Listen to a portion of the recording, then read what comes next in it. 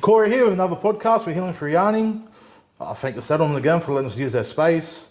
I'll just throw over to the brother I got here today. Hello, my name's Terence Murphy. I'm a proud Gomeroi man with family connections up to Walgett and Moree, but was born and bred here on Gadigal land in Redfern and the inner city.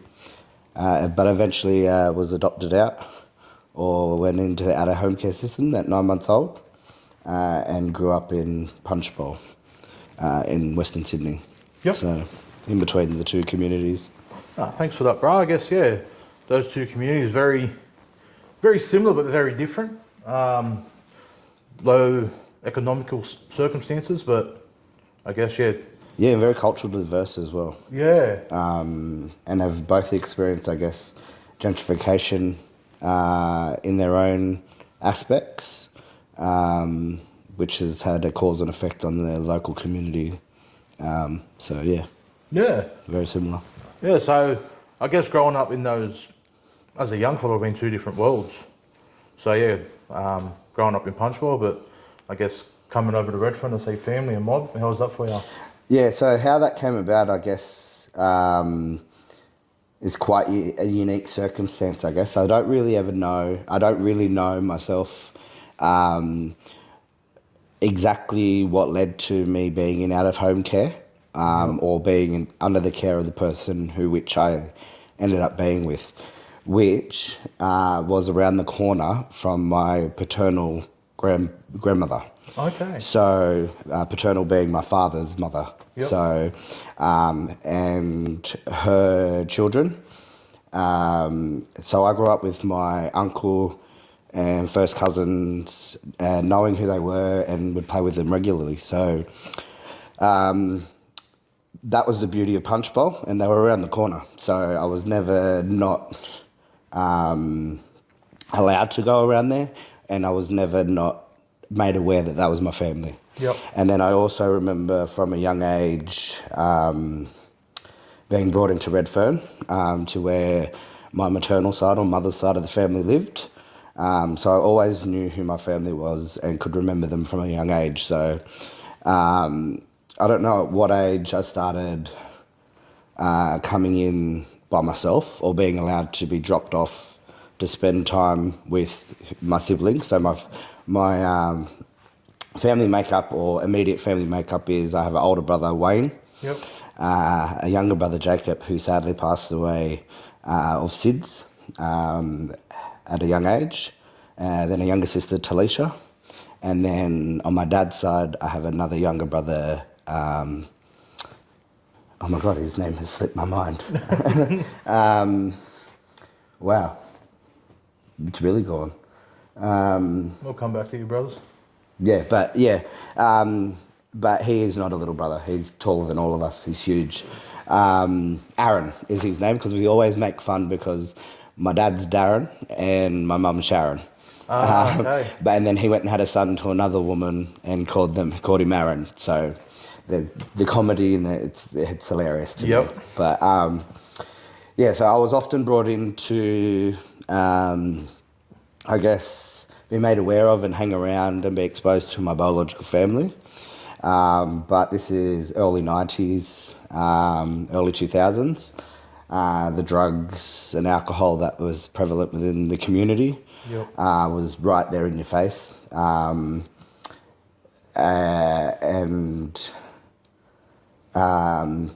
very confronting and very different to what I was known or what I had grown up in Punchbowl in my carer's house. Yep.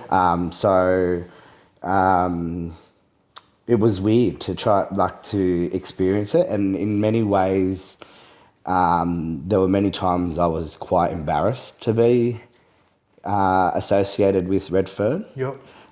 Because of the notoriety that had come about due to the drug epidemic that had happened or was occurring, and having both my parents be intravenous drug users. Yep.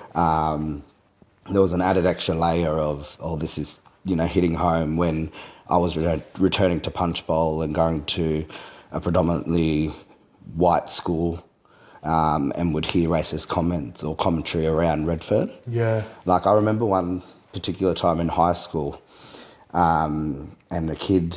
So I went to Endeavour Sports High eventually in the Shire. Shout out Endeavour over 7 graduating class.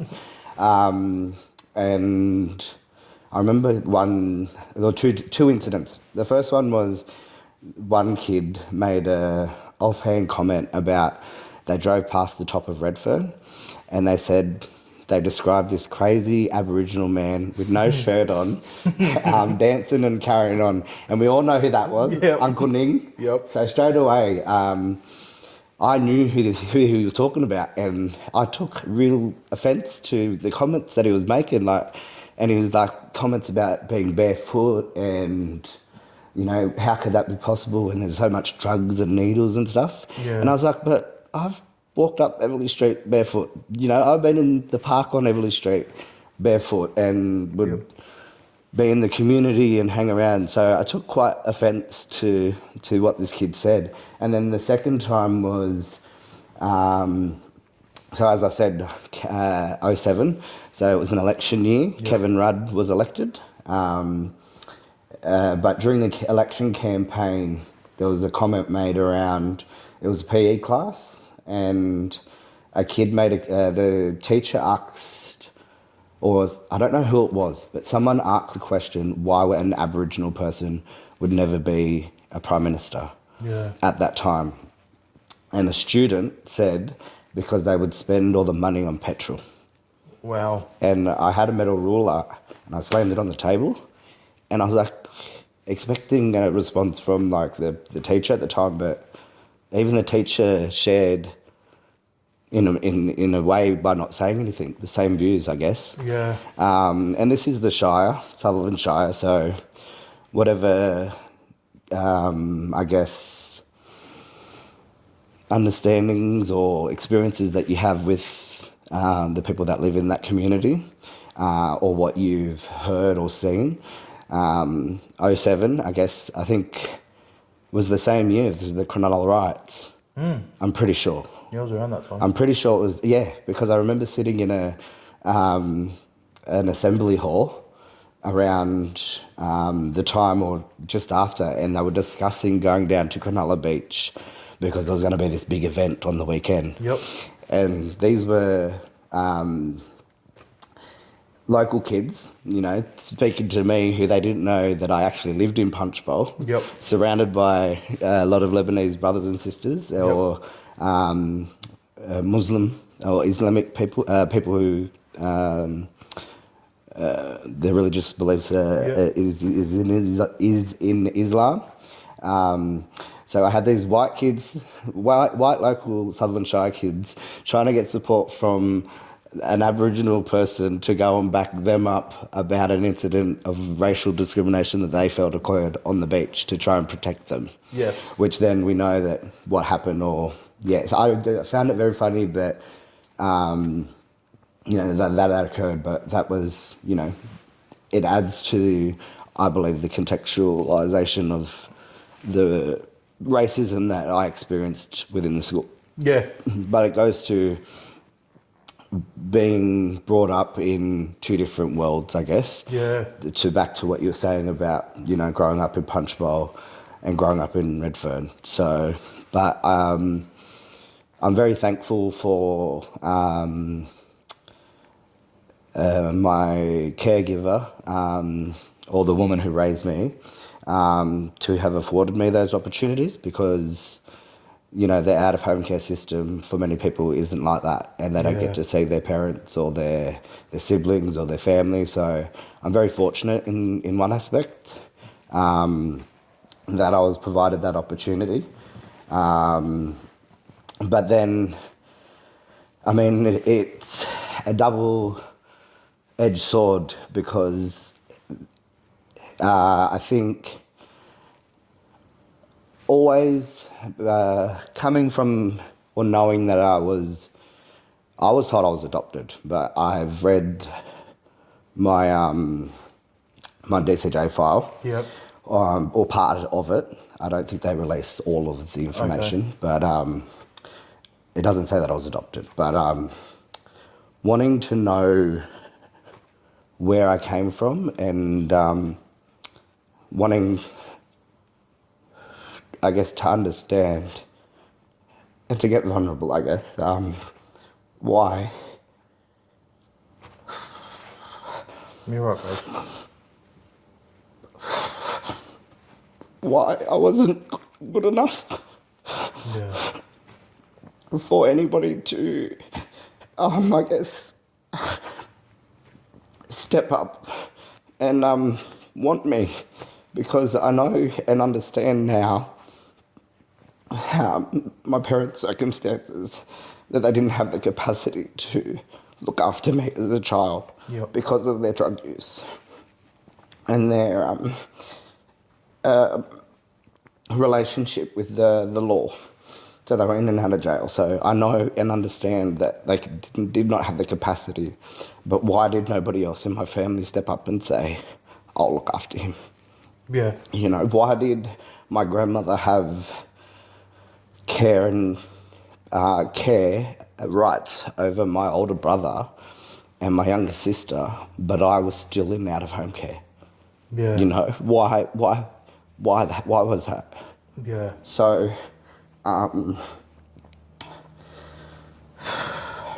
And yeah. so coming back into the communities and living around the corner from my immediate family, not further, I guess, wanting to or seeking validation or acceptance or love from the people that biologically are meant to, Yeah. and it not coming. Yep. And it's something that I still struggle with, obviously. But, you know, I was coming into Redfern to try and build a relationship with my mother and my grandmother and my brother and my sister. But because of that difference in upbringing, there was a disconnect Yeah.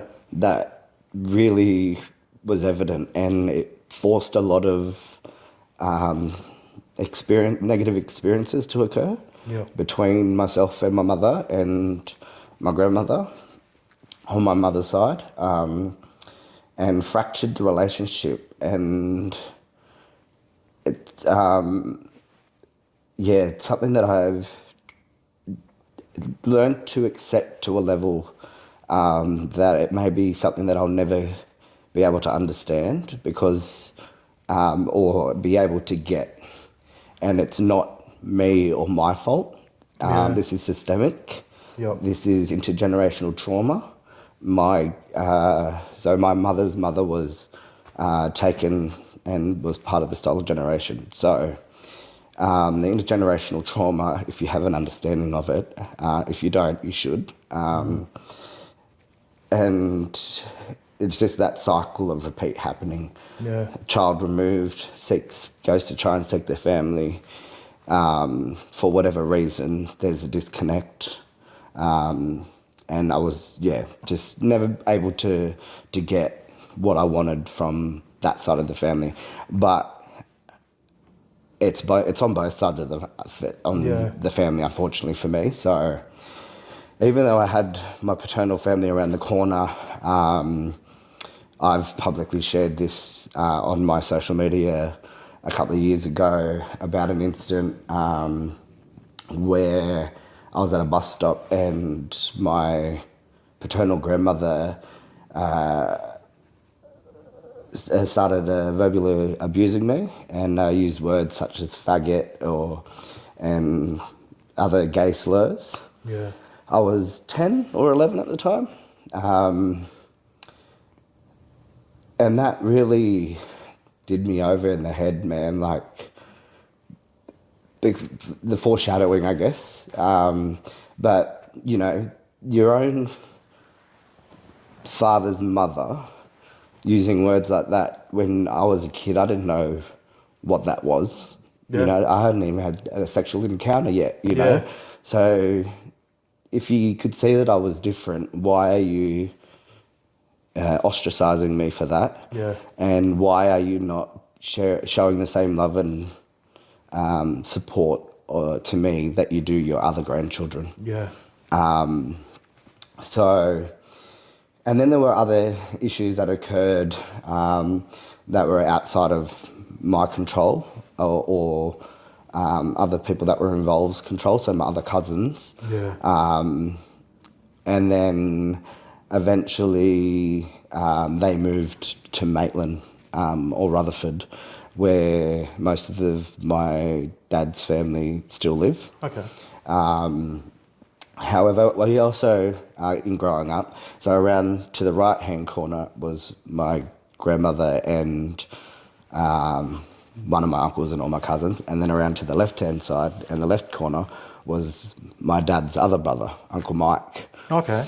So I had family all around me, but in attempts to build relationships within my biological family, I have come up against barriers and, I wouldn't say barriers, but the love and acceptance that I want, I don't feel that I've gotten it back yet from the ones that I want it from the most. But after going through a tough last couple of years, and really doing some really deep inner child or shadow work, whatever you want to call it. Yeah.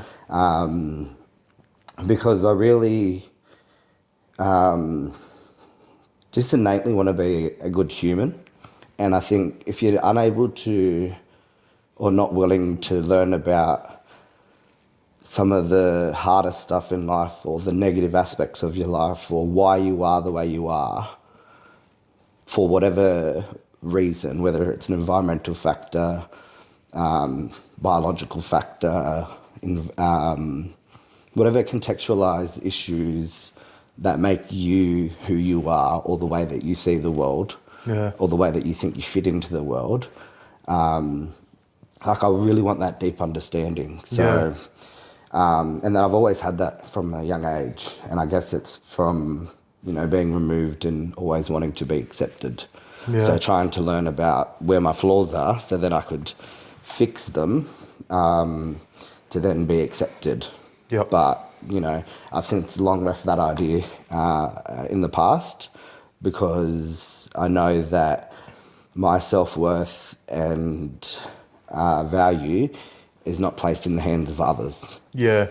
I used to take that to the table with me in every aspect, because I thought it meant being vulnerable and sharing and giving all of me, where that's not where it sits. Like, you need to be able to accept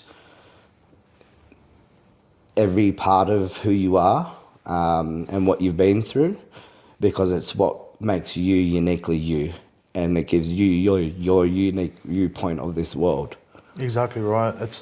It's going back to what you said around there about that, trying to build that bond with family and stuff. It's to go into the stolen gen. There's a lot of stories out there that aren't told enough, that when people have been let out of the institutions or old enough to leave their foster families and gone back home, the reason they've left their community again is because they couldn't build that connection. And it's something that continues to happen today for kids in out-of-home care. And I've managed so for those who don't know, the past 3 years have been very difficult. It broke me as a human being, and it started when I can pinpoint. I can start with, it was when I received the phone call that my dad passed away. I was living on the block. I can remember the days. I can remember from the moment I had a sense that something was wrong. It was in the afternoon, and I was sitting on the couch, and my phone rang, and it said, "Lisa, Dad." Lisa was my dad's partner, and To be honest, I'd just taken a gummy and I was like, I'm too, I don't want to answer the call. Yep. You know, I don't know. Yep. But then when it rang the second time, I knew. Straight away, I knew. And she was like, you need to come down to Waterloo Macca's. The ambulances are here and your dad's collapsed. And I said, well, if the ambulances are there, what hospital are they taking him to? And I'll meet you there. He collapsed at the bus stop. I don't know exactly. I need to find out. But I believe it was the one next to the Iron Duke across from Macca's because Yep. they were travelling home, Yep. him and his partner. So then I've called my cousin Sarah because I was living on the block and I said, oh, can you take me over to the hospital? I can't drive. Something what's wrong with Dad. But I just knew and I'd straightened up. I snapped out of everything and I don't think Sarah realised either until she jumped in the car. I could see it on my face. Yeah. And drove straight to RPA. And I knew that when you walked into the ER as a patient, you go to the left. And or if you're visiting a patient, you go around to the left. There's the rapid waiting room or triage area and then the beds. So as soon as I walked in, this is post-COVID, I think. Yep. So masks were heavily used in a health setting, and they were questioning why I was going in. And then, like, she must have been the NUM or the nurse unit manager. She come out, she's like, no, this is Terence, he's fine, he's coming in with me. So we went through the glass door, and instead of going left, we went right. We went into this little room, and the nurse said what happened, and that he'd collapsed, and you know the medical jargon. But you know, she said we tried everything, and as soon as that happened, I remember sliding down the wall and just collapsed because you know. Why didn't I answer the call the first time? Or could I have gotten down there and said something to him before he passed? Or, I don't know, everything just, my world collapsed. Yeah. But also, yeah. So,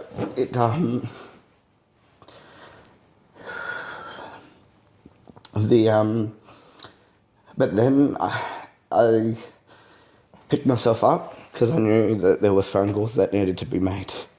And as you heard, my relationship with my family isn't ideal. Yeah. And for deeper context around this, there were, in the years leading up to my dad's passing, there were allegations put against him. And a lot of his family stopped talking to him. Yep.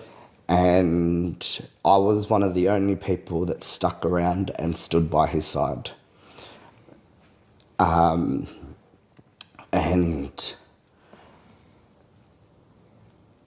I think, and I think about it often, and so, you know, first off, it was I need to ring his mother Yep.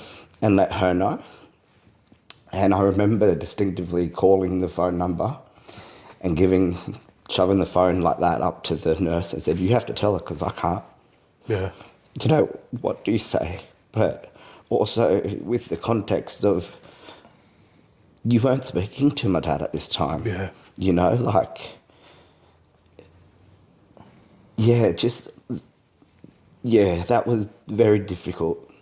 So, like, as I said, I remember the day from the phone call, and then the last thing I remember that day is standing at the front with my nearest and dearest of that hospital. So, but then I had to go in straight into sort of not caretaker mode, but like I had to prepare his funeral and his service and his send-off. And in my immediate family, so with including my brothers and my sister, I was the only one, I felt, at the time who was in the position financially. And like, I don't mean this in any disrespectful way, but education-wise, Yep. you know, I was in a position where I knew what questions to ask. I knew where to source funding, or I just knew what had to be done. Yeah. And I sort of took ownership of that process. And in what I said earlier too about how my family had stopped speaking to my dad. So Yeah. I also knew that I knew that in the years leading up, I was made his next of kin. Yep. Because he suffered a mental health breakdown in the years leading up to his passing. He was in hospital at Hornsby, and I remember going and visited him all the time over there. And we really started to develop a really strong relationship in those years leading up to his passing. So I think that's why I get so emotional, because you know, that unconditional love, acceptance for just being me that I was searching my whole life for, I had found. And it was coming from my dad, my biological dad, the person that, you know, didn't get the opportunity to be a dad when I was a child. So,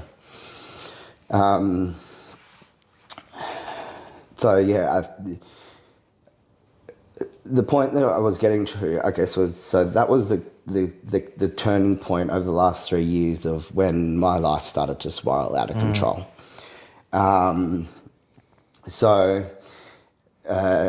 Going into planning his funeral and having to maneuver or navigate all the complexities around the relationships, around people's involvement. How do I get information about his younger life when I didn't speak to this person? Or, you know, there's parts of his life that I'm not going to know about because I wasn't a part of. And the people that do know that information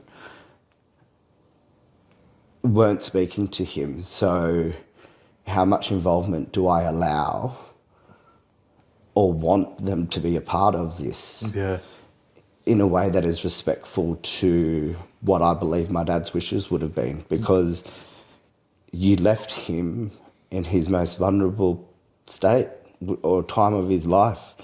Yes, they were pretty severe allegations that turned out to be bollocks in the end, for the term. It was thrown out of court because it turned out to be all false.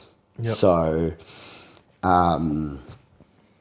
he was never charged or convicted for any of the allegations that were put forward to him. And so getting to his funeral was an effort in itself. As I said, trying to put together a eulogy, get photos and memories. He was very proud to be from Moree, and his father still lives out at Bogabilla, who's my grandfather, Terence Stacey. And a few years earlier, we had lost Uncle Mike suddenly as well. So it was only fitting that he be buried with Uncle Mike in Moree. So went home for the funeral, and then come home, and then threw myself into work as a distraction. But a few weeks or maybe a month before his passing, I don't know, whether, he had some part in it, or whether he believed in religion or the universe or the God or whatever out there. I met my now ex-partner, or he had come back into my life Yep. just before he passed. So I had someone who was able to provide that unconditional love and support at the time Yeah. that I really needed it, because I just lost the person who was giving it to me or made me feel loved, seen, or heard. So it was almost like he knew and sort of brought him in and, to replace or to help deal with that or cope with losing him. Looking back now and in hindsight, oh wait, there's more. A couple of months go by, and then I get the news that the woman who raised me was terminally ill. Yep. And that she was rushed to hospital, and that she wasn't going to make it. So just mourning, coming off burying my father, I then had to go into this live process of watching someone pass away. Yeah. Which is, a whole another level of... Grief. Yeah. Yeah. Yeah, grieving someone. Well, they're still here. Yeah. Yeah. But adding the... So losing my dad made me really look at who I am as a person and where I come from, and it brought up memories that I think I had suppressed for so long. And I really started to look at my childhood, and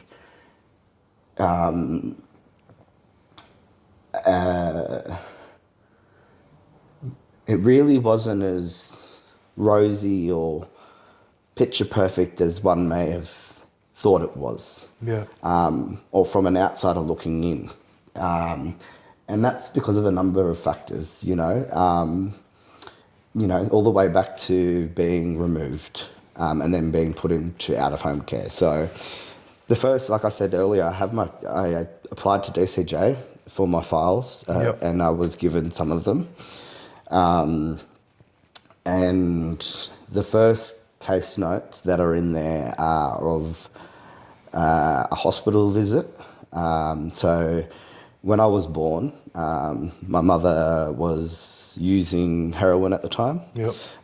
So I was what you would call a methadone baby. So when I was born, I was on methadone because of the withdrawals of the drugs that were in my system, which automatically put in capital letters on my file, failure to thrive. So I wasn't, I guess, expected to live or meet milestones, or I don't know what that terminology really means, but that stuck with me when I read it. So, but it was a hospital visit at RPA. My parents had presented because I was quite unwell, and the nurses had witnessed my mum trying to feed me, but instead of feeding me in my mouth, she was like feeding me in my ear because she was that out of it on drugs still.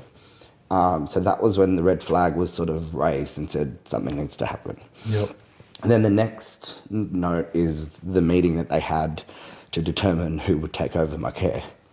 So there was a representative from DCJ, the caseworker, my paternal grandmother, the woman who became my carer, Maggie, and there was discussion of a family member in Tamworth, who I believe is my paternal grandmother's possible sister or cousin. Okay.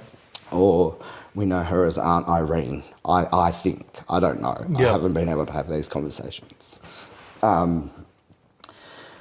But the Tamworth idea was thrown out because there would be no visitation possibility for my mum. Yep.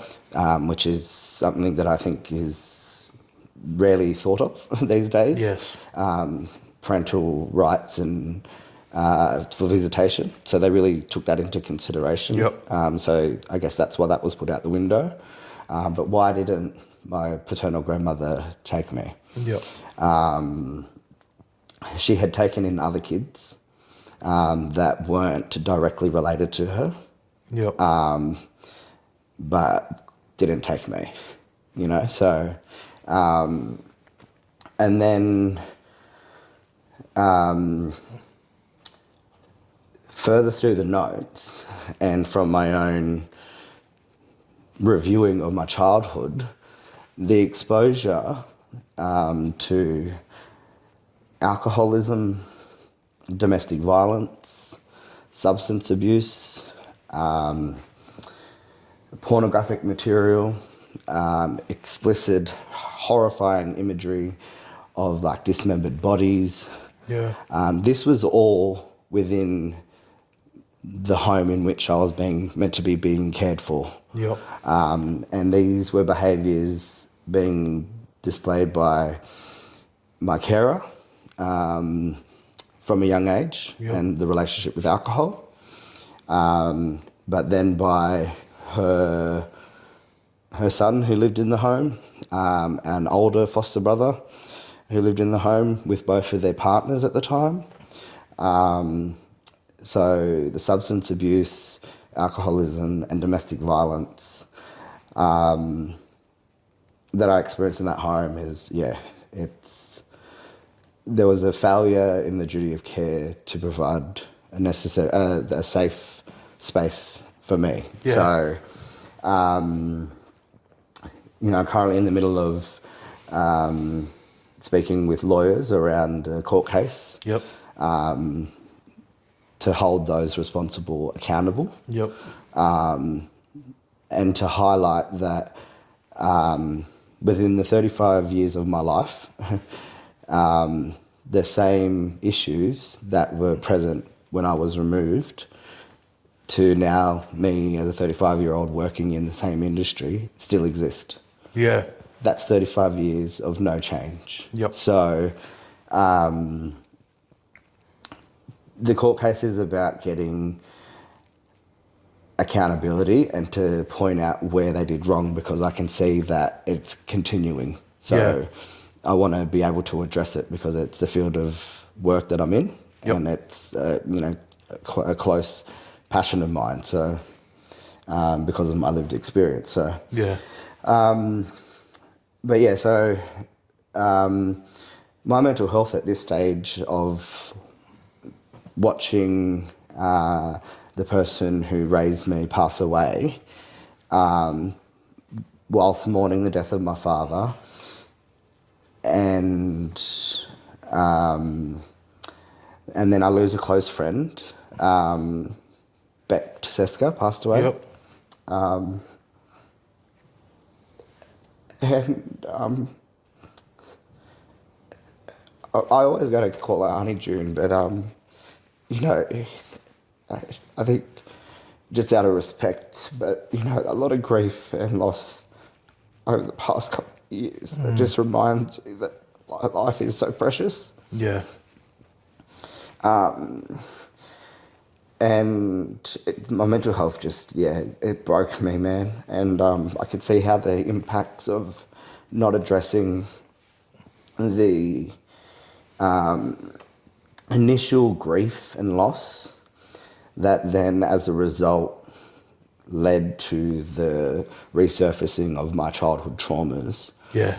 I could see the impact that had on my relationship, because that eventually ended as well. Yeah. So I had lost everything that I had worked really hard to get. Yep. I lost my house because I gave it up to move in with my partner. Yep. I lost my car. I lost everything, man. Yeah. Like, I went to the very bottom. Like, I was... I'd been to multiple rehabs and mental health facilities. I've been in both the public and the private sector to try and address or try and get to the root cause of what had happened. Yeah. And let me just say that I always knew that a breakdown was going to happen. just because of the fact that growing up in out-of-home care and what I was exposed to. And then later on, in my childhood, so early teenage years, I was molested by older family members. Yeah. And the impact that has had on me in many different ways.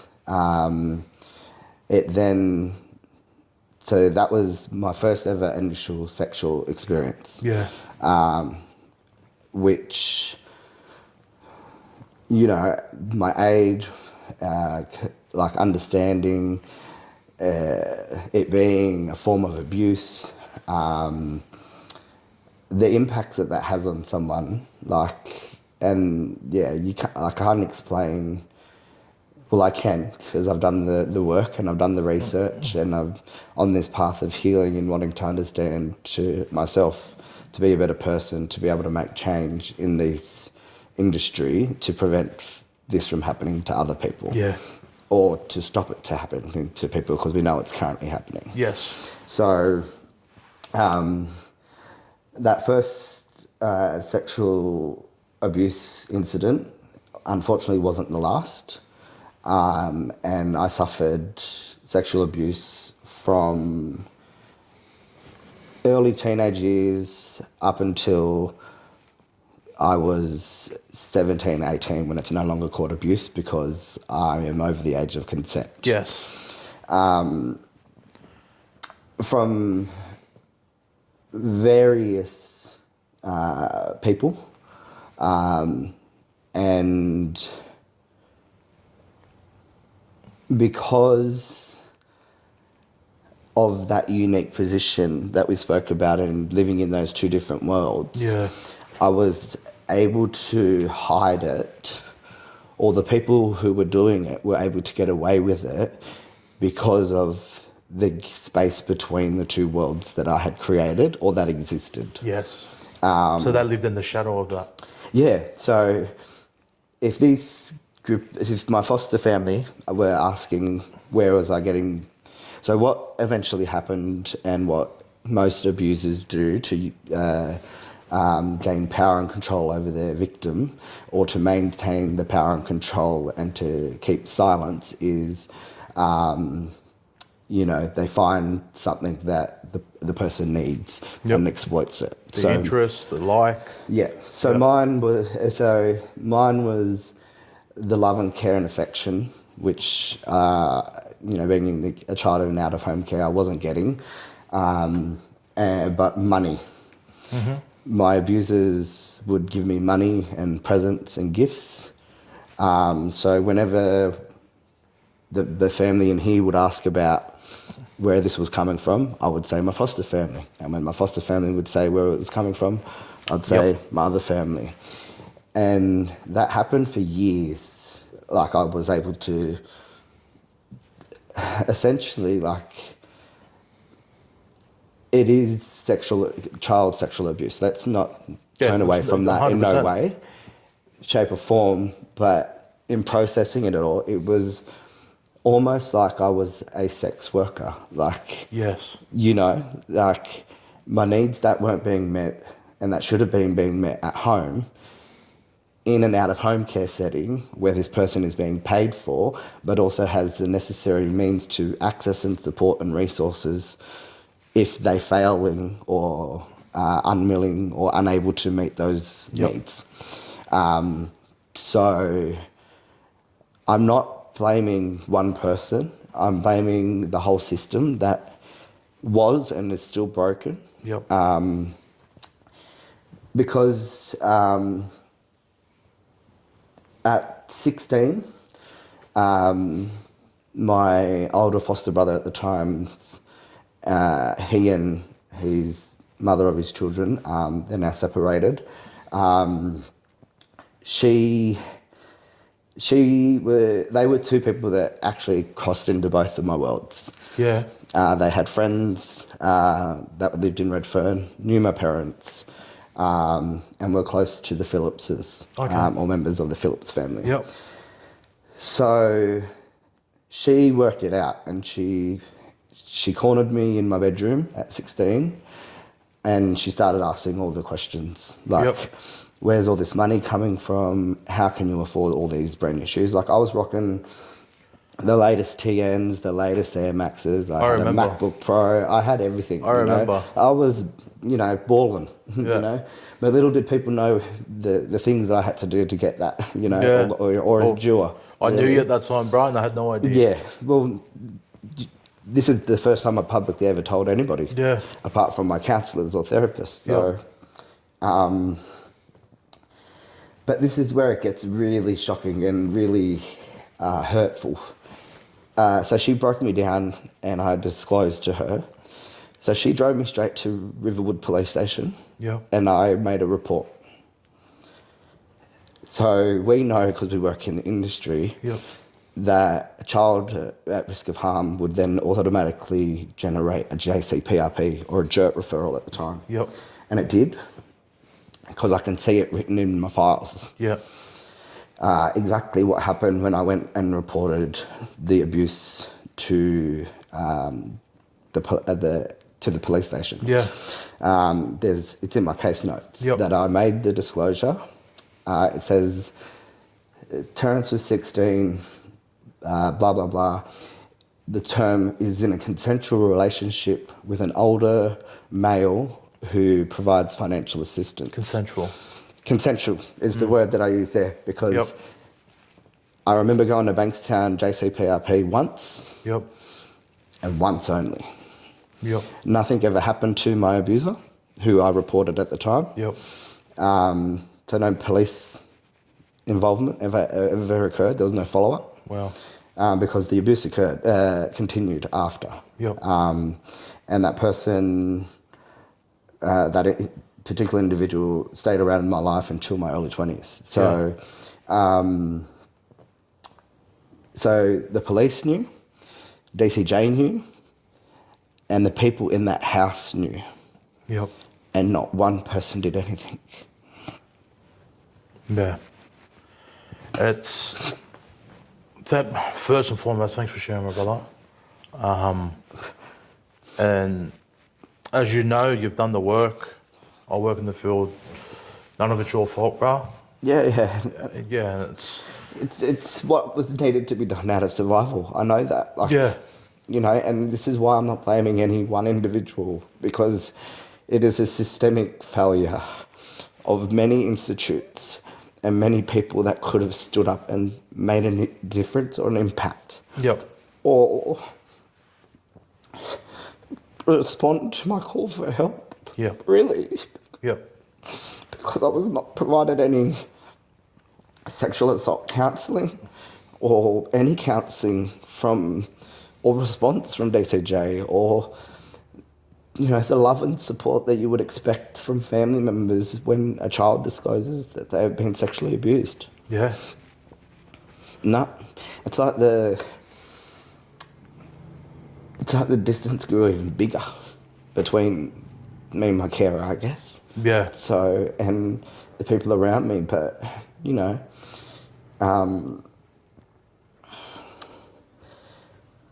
yeah. So after that happened, my mistrust for services and people was gone. Yeah. Because I had just told you part of my story, and had the we live in a different time, I understand, but and our knowledge and understanding of child protection has grown immensely. Yes. Yep. Even though I do know and recognise how broken the system is here in New South Wales and how far behind we are Yep. compared to other states and territories around Australia.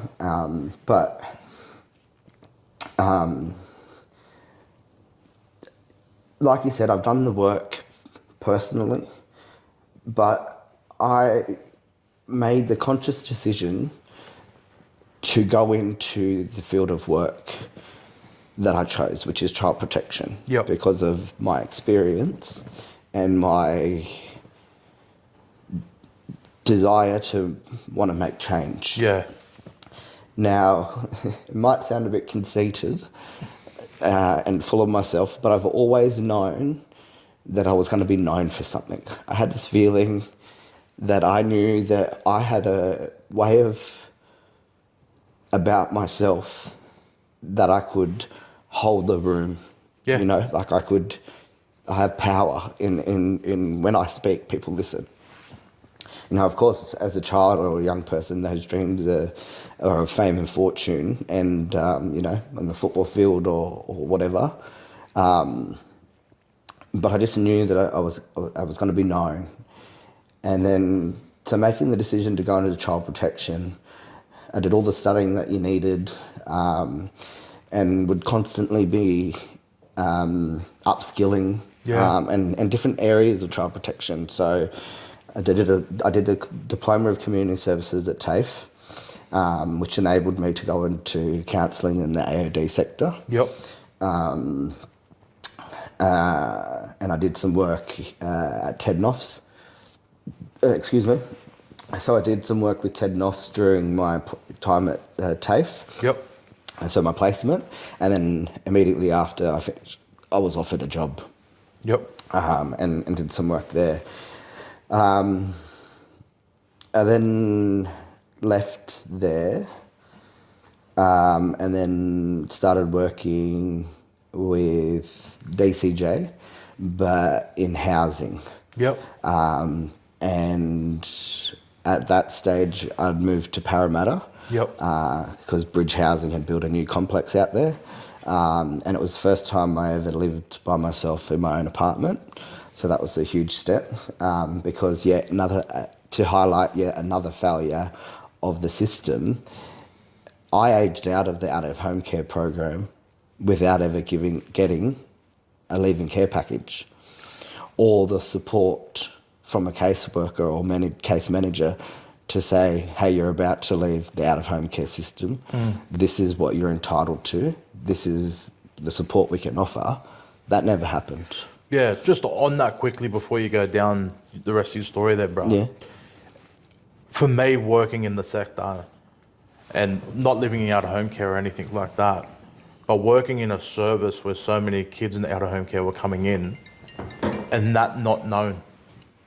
These out-of-home care packages from when you're leaving. Yeah.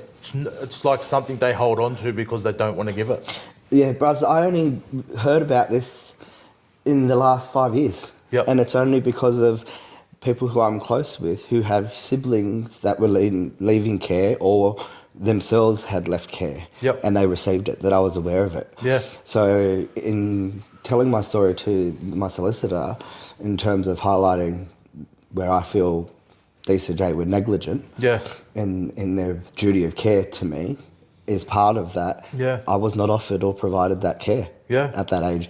And if you look at my disclosure at 16, leaving care at 17 or 18, 2 years later, it's probably when I needed the most care. Exactly. And support, you know? Exactly. So,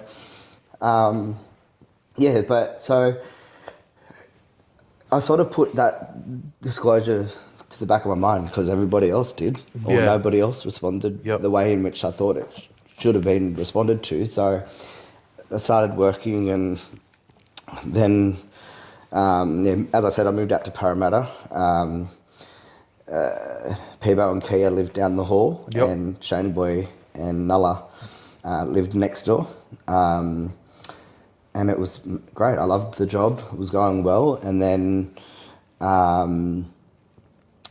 Ted Noffs came knocking, or had contacted me about a position in Moree. Yep. They had secured funding around an AOD counsellor, and because of me previously working with them, they had the knowledge that I had, or had family connections or ties to Moree. So they asked me to apply for the position. I applied, and I was the preferred candidate. So I packed up my belongings and house in Parramatta, and I moved home to Moree. And I did it for a number of reasons. One, to learn more about who I was. And where my family, or where my dad's family came from, Yep. and to get to know my family, and to essentially use the position to make impactful change for my mob, essentially. Yeah, You know, yeah. so I thought, why not? They initially pitched the idea, the role being FIFO, so fly in, fly Oh, out. yeah. And I said, no, you don't do that in like Aboriginal communities. I feel that it Gotta would live, be be. it. Yep. That's right, and because these are young kids suffering with substance abuse issues, how am I going to understand what they're going through? Because my upbringing in Redfern is vastly different to an upbringing in remote regional Moree, you Yep. know? So I needed to put myself in their shoes in some way by living in the community and immersing myself in there. But I was also getting, my own personal development and growth at the same time. Yeah. So, and 6 months went by and I was doing everything they asked, but there was no change being done, or no tangible results that I could see or feel. Yeah. So I sort of challenged them in their way of thinking and the way of their doing the work that they were doing, Yeah. because I had my own thoughts and ideas of how I thought things could work better. Yep. And they didn't want a bar of it, really. Yeah. And then I think I took some leave and then I made the decision to quit. So I only lasted a year or 12 months in Moree. Probably one of my most favourite years of my life. Yep. Only because I got to meet parts of my family that,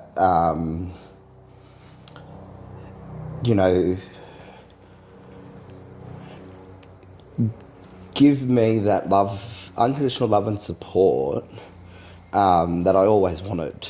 So, I reflect on that period of my life in Moree often, and I really appreciate the people that helped with that transition and that move more smoothly. Yeah. Particularly Rick Roberts and Mel Hammond. So, yeah. Good old Rick. Yes. Still up there kicking it about. So, and a funny story about that year. So, Redfern just come off winning the knockout. Yep. I think the second year, back to back, they went. Yep. Yeah, so 2018, I think it was the year. It was, because they went 16, 17. Yep.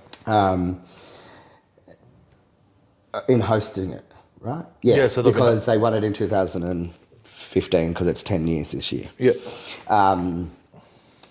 So I was pretty fit. I wasn't like in the A grade side by no any means to. I don't want to send the wrong message there. I was in reserve grade, but I was quite fit and I was enjoying my football. So signed up with the ranks, reserve grade, and country football, man. Different football? Group 19 is different football.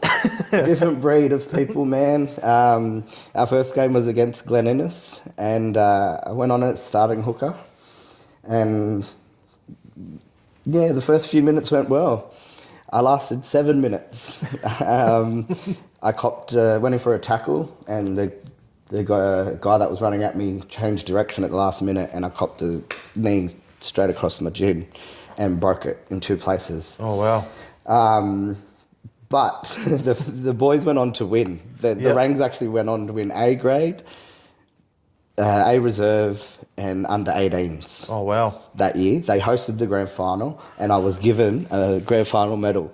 So I'm a premiership winning player. I will happily say that. And my 7 minutes, but Uncle Beasto coached us that year. But and that grand final day, when he called out my name, it was the funniest thing. Yeah, yeah, it was hilarious. But I really do appreciate everyone in that community that made me feel welcome and like home, really, because now that Dad's buried there, a piece of my heart is always going to be there. So I really have a lot of time and respect for a lot of people in that community, and yeah.